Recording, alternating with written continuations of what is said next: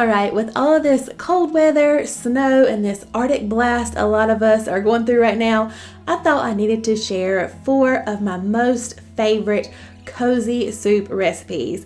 Each one of these in today's video are something I always lean to, something our family always loves. They're easy to make, and I have the whole recipes in the description box for you to follow along. Let's get into it, y'all.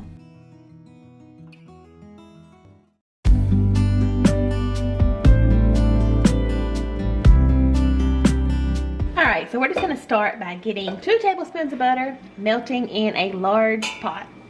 And to that, I'm going to go ahead and add about 1 cup of chopped onion and then 1 cup of chopped celery.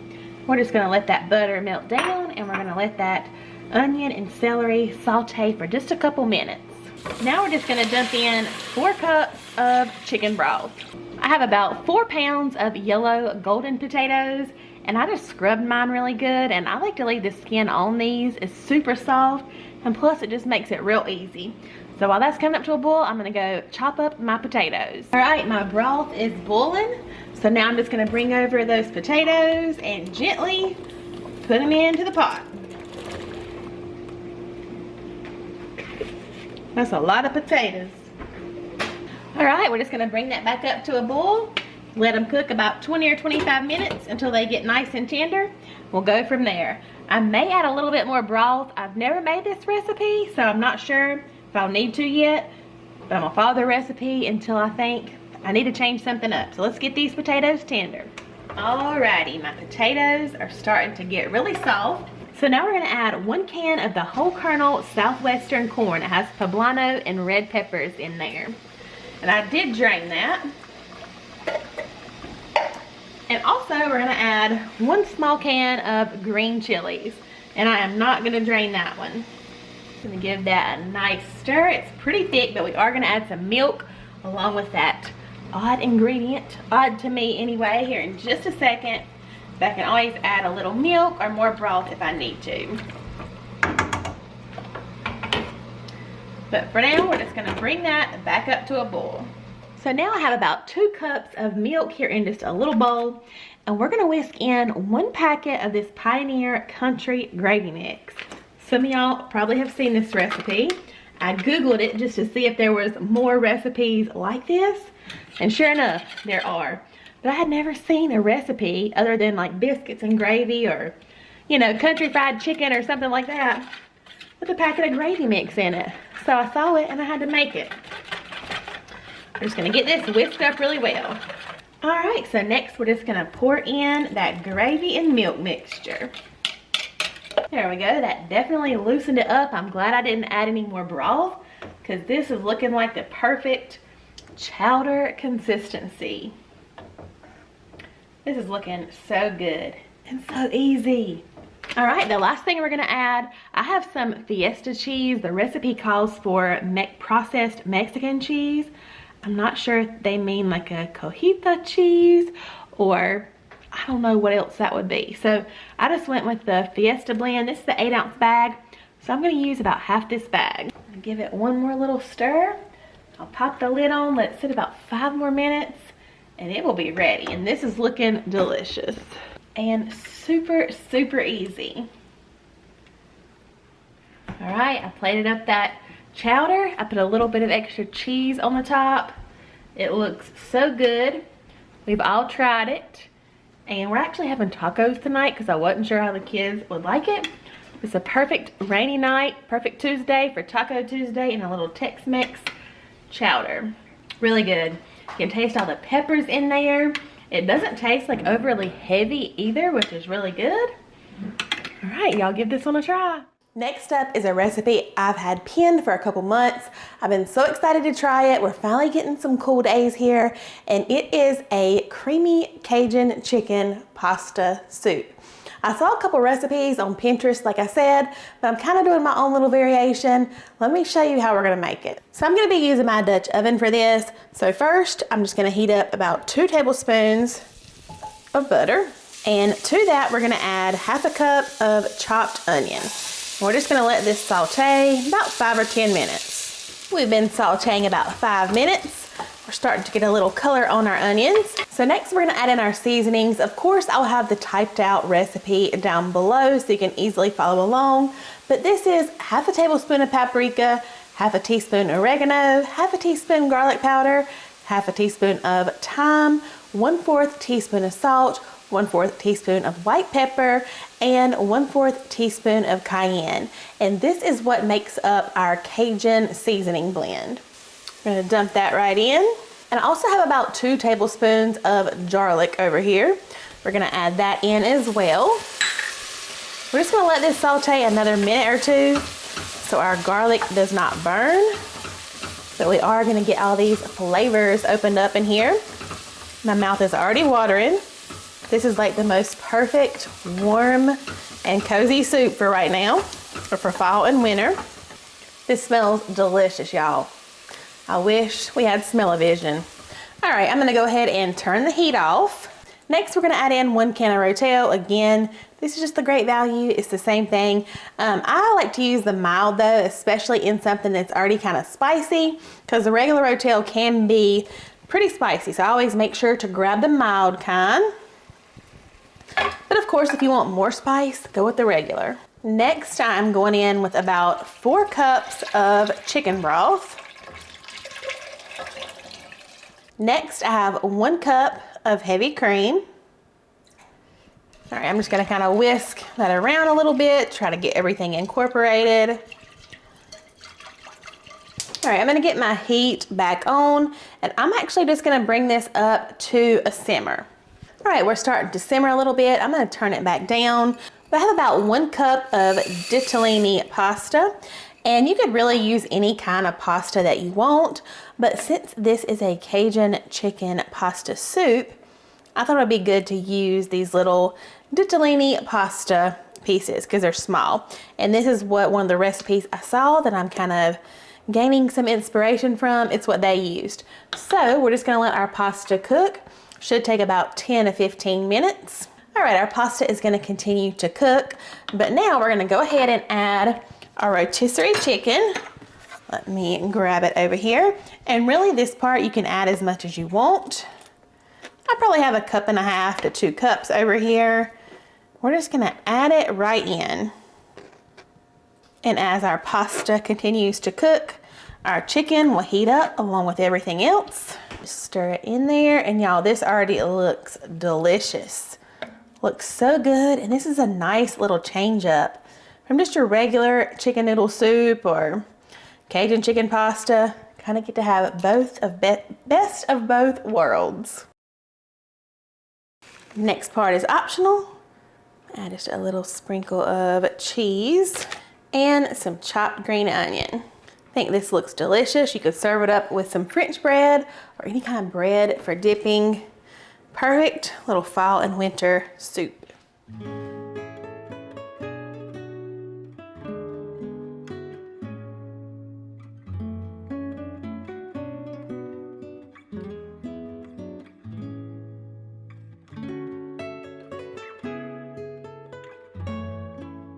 This recipe is called Lazy Day Chicken and Dumplings, and you could not have a more perfect cozy recipe for the wintertime. This is so good. And this recipe just happens to be on page 61 of my cookbook, Repeat Worthy Dinners. I'll have this down in the description box. We're gonna tweak it just a little bit today, and I'll tell you why here in just a second, but here it is, this recipe. You cannot beat it. I called it Lazy Day Chicken and Dumplings because there is a shortcut in here that I'm gonna show you, but this recipe is perfect to put on when you just wanna have a lazy day or if you have a busy day. Either way, this is good. First going in, we have about 2 or 3 boneless, skinless chicken breasts. These are some pretty small chicken breasts, so I'm going with 3. Next, we're gonna go ahead and season up our chicken. So I'm gonna use a little bit of lemon pepper on mine. I actually made this recipe over the weekend. We went camping at Ocean Lakes and it was super cold the whole weekend. So I was in the mood to cook all the cozy, warm meals, and this is one of the meals I cooked. I'm also going in with a little bit of poultry seasoning. Sprinkle some in. But yes, I made this while we were camping and it was so good. So perfect for a cold day. And I didn't film it camping, so I knew when I got home, I had to film it again to share this with y'all because you're gonna wanna make this. All right, next I'm just gonna add in, this is about half a chopped onion. You can do half or a whole. I'm just gonna place it right on top of our chicken. And the one thing I'm gonna change in here, if you are cooking along with me, if you've already grabbed your cookbook, I'm not adding any veggies in here. And I'm gonna add a little splash of something else, but you can add whatever veggies you want. Peas and carrots will be perfect in here if you have some frozen. It lists it out in the recipe in the cookbook. You just throw them in there. Super easy, but like I said, when we were camping, I didn't add anything, and y'all, I love vegetables, but sometimes I just like something kind of plain, you know? Like sometimes you're just in the mood for that. Next, I'm just gonna add about 3 tablespoons of butter. Next, I have about 2.5 cups of chicken broth right here.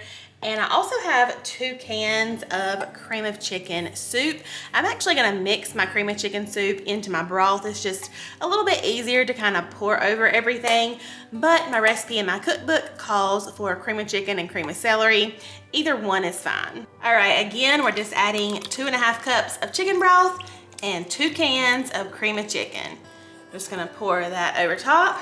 And now all we're gonna do right now is cook this on high for about 2 to 3 hours until our chicken is cooked through. So once your chicken is cooked through, I like to just pull my chicken breast completely out of my crock pot, and I like to just chop those up into kind of smaller bite-sized pieces.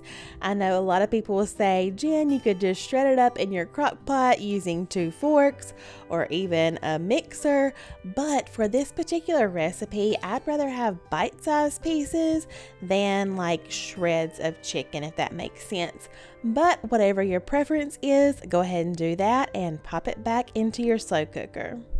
All right, so this is the part that I kind of switched up a little bit, but it was so good, I knew I wanted to do it again. So we have our chopped chicken back in our broth and our butter and our seasonings. So at the beach, I was thinking I only had 1 can of cream of chicken soup, so I did have some heavy cream in our fridge. So I added that in here to kind of up the creaminess factor. And then I found another can of cream of chicken soup. But with that added heavy cream in there, I thought it was delicious. So we're just gonna add maybe about 1/4 of a cup to a 1/2 cup of heavy cream. I'm just gonna go ahead and use what's left of that. We're gonna give it a stir. And I swear this just added, like I said, a little bit more creaminess, and it almost makes the broth and everything taste like a chowder. It's delicious with those dumplings, especially on a cool night. It is perfect. Now, we're gonna add some biscuit dough dumplings. It's gonna thicken up this broth a little bit. Let me show you how we're gonna slice those up to add on top. So this has been cooking on high, probably about 3.5 hours. And for the last 1.5 hours is when you're gonna add your dumplings to the top. So for this last 1 hour to 1.5 hours, we're gonna cook our dumplings, and these are just the butter tasting biscuits. You can use any kind of biscuit that you want, but all you're gonna do is, I like to half my biscuits and then slice each little half into about 1/2 inch little strips. That is gonna make your dumpling. And all you're gonna do, we've already started doing it a little bit, you're just gonna lay your dumplings right on top of your broth and everything. And you want to leave these on top so that way they can cook, since they are in here with all the liquid and everything, and they will still be a dumpling consistency, obviously, since that's what we're going for, but they should not be doughy at the end of this. So you're just gonna continue to take all your little dumplings, lay them on top, and we're gonna continue cooking this on high for another 1.5 hours until all of these dumplings are set. Alrighty, y'all, our biscuit dumplings have been cooking for probably another couple hours. Honestly, we were gone for a little bit, so they got a little bit brown, but look how thick it has thickened up just on its own. Adding our dumplings in there, look how good this looks. Tell me this does not look delicious. Big old bowl of this on a cold night. This is the perfect dinner. And you could really thin this out if you wanted to with a little bit more chicken broth or even just a touch more of that heavy cream. I think I'm just gonna add just a touch heavy cream in mine. And stir that in. If you don't have heavy cream, you could probably even just use a little bit of milk as well. But these are so perfect. I can't get over how good these are. All right, y'all, I'm so ready to eat. This looks delicious. All that nice tender chicken in there. Like I said, you can add whatever veggies you like to this. I'll also have my cookbook linked down below. Have those dumplings in there. They're still soft in the middle. They look so good. I'm about to douse this bowl in black pepper. You gotta have that, but y'all make sure you grab that cookbook and give this one a try. So I just have my chicken breast placed in my slow cooker. The recipe I'm following calls for 2, but I had 3 small ones, so I'm just using 3. Next, we're gonna drain 1 can of whole kernel corn. We're gonna add that in. Next, I have 1 can of black beans. I'm gonna drain this, rinse these, and get these in the crock pot. Next going in, I have 1 can of rotel, and we're just gonna leave this undrained. Next, we're just adding in 2 cups of chicken broth. We're also gonna add 1 packet of ranch seasoning mix. We're also gonna add 1 teaspoon of ground cumin, 1 tablespoon of chili powder, and then 1 teaspoon of onion powder. We're also gonna add in 1 cup of cooked and chopped bacon. All right, I'm just gonna kind of give all this stuff on top a little stir, and I'm gonna cook mine on high for about, I don't know, anywhere from 3 to 5 hours, but you can cook it on low as well for 6 to 7 hours, just until your chicken is done. And then we're gonna shred up the chicken and add a couple more ingredients right at the end. Also, this recipe says to add 1 block of cream cheese at the beginning, but I think I'm gonna let mine cook just an hour or 2 maybe, and then add that cream cheese. All right, so let's get the lid on. I'm gonna turn it on. I'll check back in just a little bit. All right, so it's been a few hours. My chicken is nice and tender in there, so you can pull your chicken out and just shred it up with 2 forks. I'm just using my mix and chop because I use it for everything. It works perfectly for this. I just stick it down in here and shred up my chicken with 1 little tool. So I'm gonna get this chicken all shredded up. And I also did add that cream cheese. I told you guys I was gonna add it. I just added it in after it had cooked a few hours because it really doesn't need to sit there and cook the whole time. It basically just needs to melt. It already looks so good. Perfect for fall, perfect for even game day on a Sunday afternoon, Sunday evening. I think this will be perfect. But now at the end, I just have some freshly shredded sharp cheddar cheese. We're gonna add about a cup in here, and we're just gonna let this melt. I'm just gonna give this a stir, and this won't take long at all. I actually already have my slow cooker on warm. I'm just gonna let this sit another 10 minutes while I get everything else ready, and it will be time to eat this delicious white chicken chili. All right, our white chicken chili is done. We're getting ready to plate this up. It smells so good. I smell that bacon in there. I can't wait to try it. Looks so good, so hearty. We're gonna top with just a little bit more shredded cheese, a little bit of sour cream. We love to eat our chili with some tortilla chips, a little lime on there. That looks so good. All right, let's try it. We all 4 enjoyed this chili so much. That bacon flavor really comes through. We thought this was such a good new recipe, new to us anyway, recipe for white chicken chili. Leave me a comment down below and let me know just how the weather is in your neck of the woods. Is it super cold? Are you having snow? Are they calling for some snow where you are? I hope that you will give some of these recipes a try, and if you need more easy recipe inspiration, there's going to be some videos right here on your screen for you to go and check out. I'll meet you guys over there, and I'll see y'all real soon in the next one. Bye, y'all.